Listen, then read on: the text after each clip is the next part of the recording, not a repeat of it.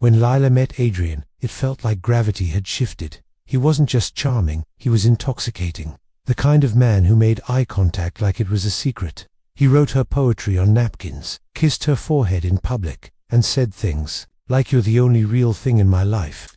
By month 3, she'd stopped seeing her friends. Not because he told her to. No, Adrian would never do that.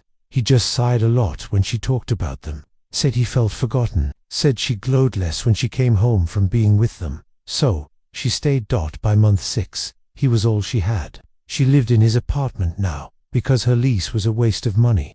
She quit her job because Adrian had won. And why stress yourself when you could write your novel? She never wrote a single page. Adrian started keeping a journal. He told her it was therapeutic. One night, when he was asleep, curiosity burned through her.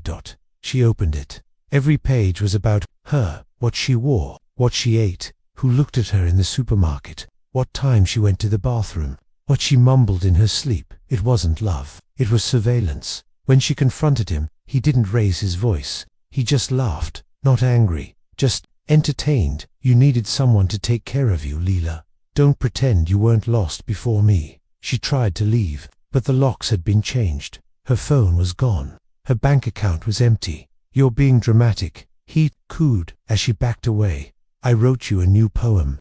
He pulled out a napkin. The ink was smeared with something dark. It wasn't ink.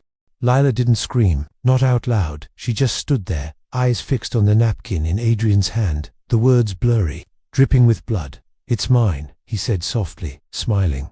"I had to prove how deep my love goes. Love should cost something, don't you think?" She ran. The hallway felt longer than it had ever been.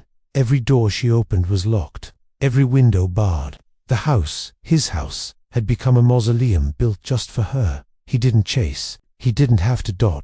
By morning, she was still there, still trapped. And so was he, watching, always watching.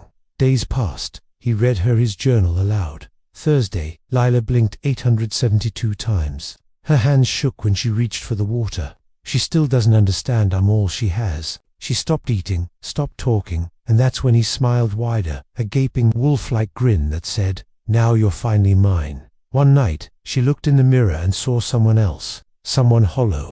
Her skin looked grey in the moonlight. Her eyes didn't look back. Adrian placed a necklace around her neck, a locket, cold as bone. Inside was a photo she didn't remember him taking. Her, asleep.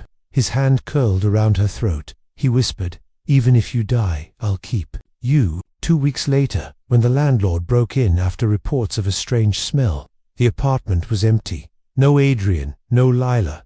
Just mirrors. Hundreds of them, all over the walls. And in every one, if you looked closely enough, Lila was still there, staring and trying to scream.